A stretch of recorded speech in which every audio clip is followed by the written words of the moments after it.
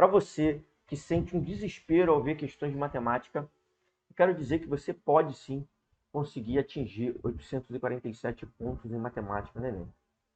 Agora, olha só. O que para você seria uma mentalidade ruim?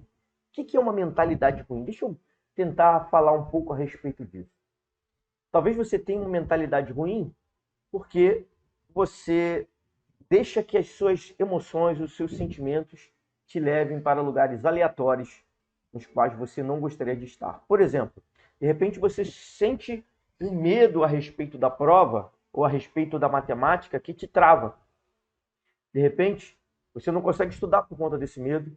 Como você mesmo falou, talvez você sinta um desespero muito grande quando você se depara, você está de frente de uma questão de matemática.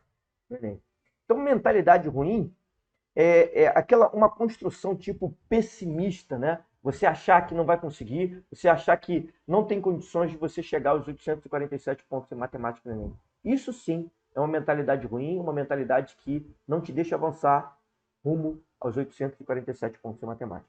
Agora, por que a mentalidade ruim pode te jogar para baixo? Olha só o que acontece.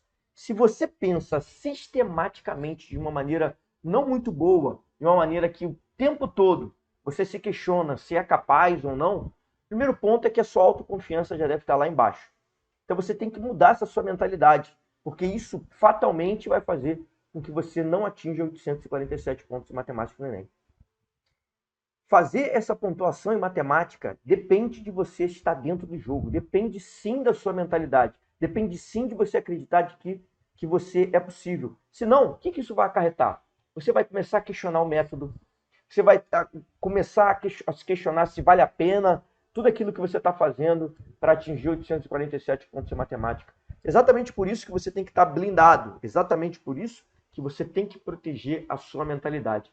Uma das coisas que eu mais acho importante nesse período de preparação é justamente a sua mentalidade. É justamente como você se vê em relação à prova de matemática e como você se cerca para você conseguir atingir 847 pontos. Então, olha só, acredite que a sua mentalidade, se ela não estiver adequada, você pode sim se afastar dos 847 pontos de matemática no Enem. Pode ser que você não consiga atingir 847 pontos de matemática no Enem justamente por conta dessa mentalidade.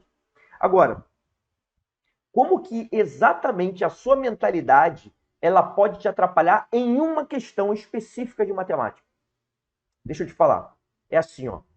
Você está diante de uma questão e você já se sente derrotado por aquela questão. Olha só. Imagine você estando de frente de um inimigo. Vamos colocar assim.